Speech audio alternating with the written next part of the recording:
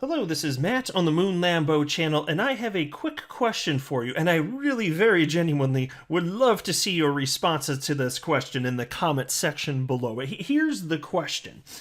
Is a quickly changing technical landscape a reasonable excuse for government agencies to not provide regulatory clarity to crypto markets?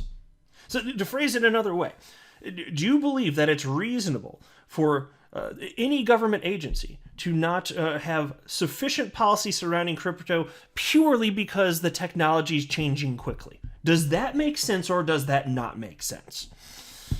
Well, attorney Jake Chervinsky, who is very popular within the crypto space, seems to hold that position. The position that things are changing so quickly that how can you have a policy? Oh my God, the technology that just how are you going to keep up with it? And I mostly disagree, and I respectfully disagree, of course.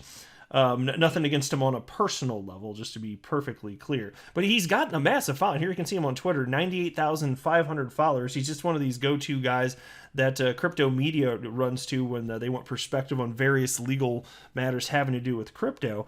And he's fine. And so he happens to not be a fan of Ripple from what I've gathered anyway, not a fan of XRP, but that's okay.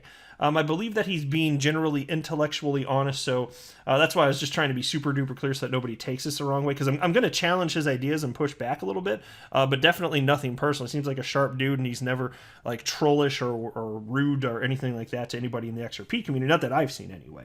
I just happen to disagree with him here. And also, Attorney John Deaton points out that the circumstance surrounding the SEC attacking Ripple, these circumstances have never occurred in the entirety of the history of the agency. And he points this out in a new thread from just within the last several days or so. And he also points out that it's, quote, juvenile and short-sighted, end quote, if organizations in crypto are remaining silent on the Ripple case for tribal reasons. So plenty to discuss, but before going further, I do want to be clear at the outset. I do not have a legal or financial background of any kind. I am not offering legal or financial advice, and you definitely should not buy or sell anything because of anything I say or write. I'm just an enthusiast who enjoys making YouTube videos about crypto-related topics, but just as a hobby and just for fun. So here's what attorney Jake Chervinsky had to say on this topic. He wrote, "Most crypto policy issues are complicated by how fast the tech is growing and changing. It's hard to craft specific solutions with any confidence they'll make sense in a few years. The best thing regulators can do now is go after the actual bad actors, the frauds and scammers. The amazing thing about crypto, unlike the traditional financial system, is that frauds and scams are transparent and observable by everyone. We see them happening in real time. Within hours, the crypto community does investigations that would take law enforcement years, and for free. Nobody hates crypto scammers more than us. Nobody who cares about this tech wants to see criminals use it to get away with defrauding victims. There's nothing we'd like more than for regulators to protect investors by getting the bad guys. I wish more resources went to this." Yeah, and look, I do, like, as upset as I am with the SEC, because I think it's a disgusting organization that is actually harming the investors that they're sworn to protect. Despite that, it's not that no good is done. Sometimes you do see them actually protecting investors, going after fraudsters and people that are running actual Ponzi schemes and stuff like that. We can all applaud those things, and I'm also not making the claim that literally everybody at the SEC is bad. It's just that it seems to be a very rotten organization because the highest ranking officials, even as the revolving door rotates and people come and go, like the people in the highest positions seem to be acting in highly questionable ways, and they're behaving in ways that seem to inevitably personally benefit them. How curious is that, right?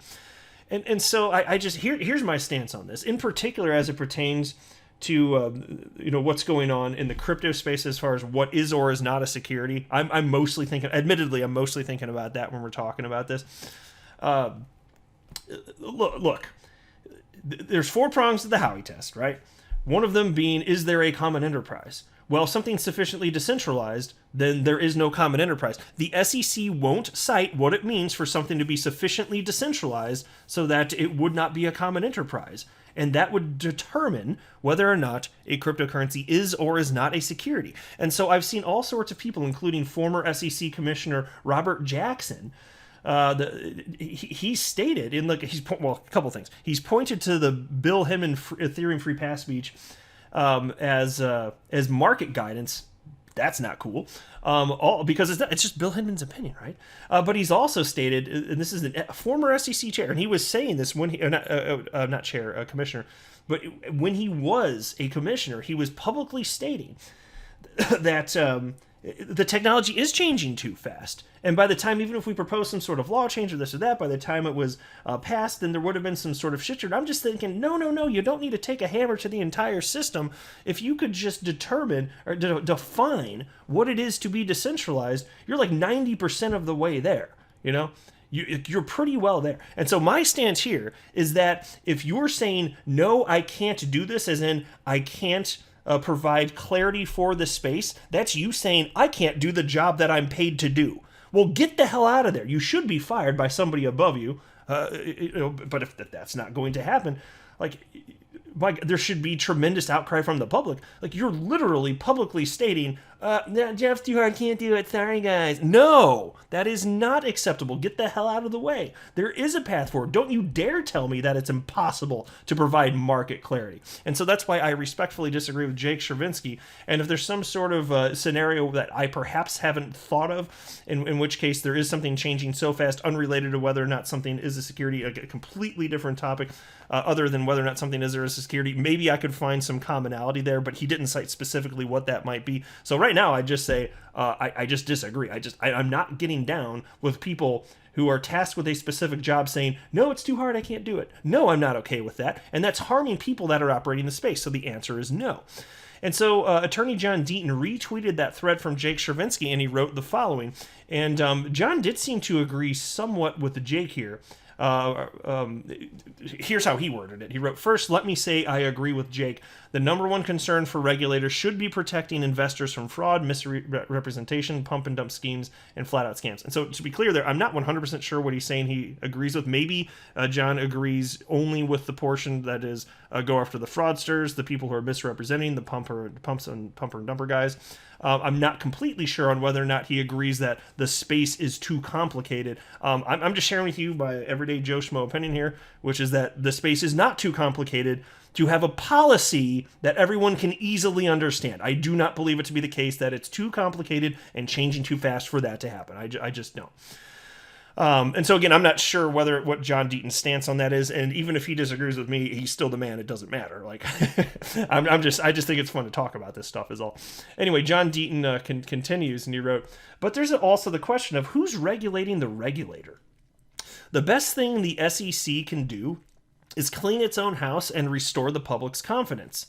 Over 63,000 XRP holders with 2,000 non-XRP holders seek an independent investigation into the gross appearances of impropriety and huge conflicts of interest regarding the case against XRP. I recently started a petition for international XRP holders requesting the Financial Oversight Committee's demand and investigation. In 2 weeks, we already have 20,000 signatures. Before anyone attempts to label me and my 65,000 friends conspiracy theorists, read the Grunfest letter.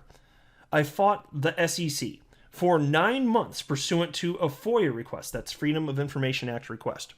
I've attached it for your convenience. As you read the letter from former SEC Commissioner Joe Grunfest, you should be aware he's one of the most respected commissioners in SEC history. He had a fireside chat with Clayton. He teaches law at Stanford. Some may try to minimize his input because he's an unpaid advisor to Ripple in the lawsuit. Yet, he's the perfect person to listen to because he served as an advisor for Ether investors and acted as their liaison with the SEC. Grunfest recognized XRP was traded openly and publicly for over 7 years, and since no fraud was alleged, there existed no exigency to bring an immediate case. Grunfest observed all the senior leadership at the SEC behind the filing of the case was gone or leaving the SEC. He stated the mass exodus raised obvious concerns considering it had never occurred during the SEC's history. Folks, you understand, let the gravity of that sink in. What happened here has never happened in the entire history of the Securities and Exchange Commission. Never. And it happened right here. Mass exodus, high-ranking officials at the SEC leaving, and then just the incoming individuals, they're now taking over. This is weird. This is weird stuff. Anyway, John continues. Something else never occurred as well. Grundfest stated the economic losses to innocent investors would be higher than in any other non-fraud case in history. And he was right. Most telling, Grundfest stated if the SEC brought a case claiming XRP a security while leaving Ethereum untouched, it would call into question the commission's use of discretion. In short, Grundfest, who helped Ether investors, questioned the motive behind the suit. I 100% agree regulators should focus on fraud and misrepresentation, regardless of what anyone thinks of Ripple or Brad Garlinghouse. After a 2.5-year investigation, the SEC didn't allege a single count of fraud or misrepresentation. Exactly. And shouldn't that matter? And don't forget, too, the SEC, when they filed the initial legal complaint in December of 2020, they used language that you would expect to find in fraud cases. But this isn't a fraud case. There is no fraud. It's literally not a fraud case. And all of these points that were brought up, which have nothing to do, literally nothing to do with whether or not XRP is or is not a security. No, it's just bizarre behavior. And why did they do that? Well, we can only speculate, but probably part of it was just to, rile up sentiment within anybody or negative sentiment within anybody that's reading that, whether the target was the judge or potential jury or just the general public. I'll tell you what, it certainly, especially in the early days, worked on the general public. There are all sorts of people in the XRP community who were really disgusted. They went from being fans of Ripple to being disgusted by Ripple and some of the executives. And I'm sitting there reading this like, folks, they're just using harsh language and twisting, like they're literally just absolutely messing with you. And all of this information that was in there as far as sales and this or that, pretty much all of it, like I had talked about on my channel, and I was aware of the sales of XRP by Brad Garlinghouse, for example. The previous summer before the lawsuit, I made a video where I talked about it. It wasn't some sort of secret. And my stance is that if somebody owns an asset and they want to sell it, they can sell it. I don't care. They don't owe me a damn thing. They can sell XRP to their heart's content. I frankly just don't give a damn. And then there was this from John Deaton also. I've stated from the beginning, had the SEC charged Ripple for specific sales of XRP during early years, I would have never sued the SEC.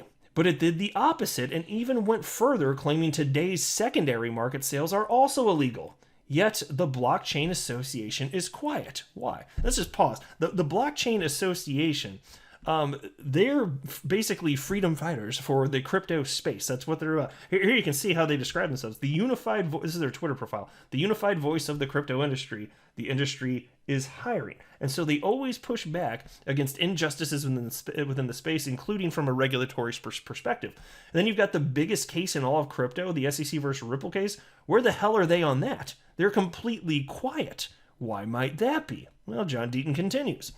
To be fair, I haven't reached out and asked for any help or assistance. Since others are questioning why some haven't offered support, I can only speculate that it's because I've called out and brought attention to the Ethereum free pass, which, if true, is both juvenile and short-sighted. Juvenile and short-sighted. That's a quote, folks, and he's right. The SEC is claiming because Ripple was instrumental in creating a secondary market for XRP, all XRP are therefore securities. If successful, the same thing could be argued versus Vitalik Buterin, Joseph Lubin, Consensus, etc. Vitalik was able to halt the trading of Ethereum for Christ's sake, albeit with honorable intentions. I don't blame Ethereum promoters for lobbying for forbearance. They shouldn't, although I would have lost the arrogance and hypocrisy. But today, the enemy is not each other, it's the SEC. Exactly. And so still, you have these individuals within the space that despise XRP so much, they just they can't bring themselves to support the number of individuals, Ripple, Bragger on House, Chris Larson, but then broadly XRP holders. They can't bring themselves to do it, even though it would be to their benefit since they're operating in the crypto realm. Because again, if this doesn't go well for Ripple, everyone in the United States is basically screwed because if XRP is a security, so is everything else. What cryptocurrency wasn't centralized at inception, and what cryptocurrency didn't have an ICO? Well, at least in the case of XRP, there was no ICO, but so many cryptocurrencies out there did have an ICO. Even if they didn't, though, what wasn't centralized initially? I'll tell you what, Bitcoin used to be centralized. Think about back when Satoshi mined the first block. One participant. That's complete power over the network. That's centralization. And it became more and more decentralized as time passed, and that's great. And that's what you'd expect. But what isn't a security? If that's what determines whether or not something is a security, what isn't a security, right? They just can't find Satoshi. They don't know who Satoshi is. They don't know. But if they did, it might be a different story. In fact, that wouldn't surprise me in the least. So anyway, folks, please let me know what you think in the comment section below. It's an interesting topic, topics of conversation. I'd love to hear what you think. So maybe we can get a conversation going below, but I'll wrap up here. I am not a financial advisor. You should not buy or sell anything because of anything I say or write. That would be a very, very, very bad idea. Until next time, to the moon, Lambo.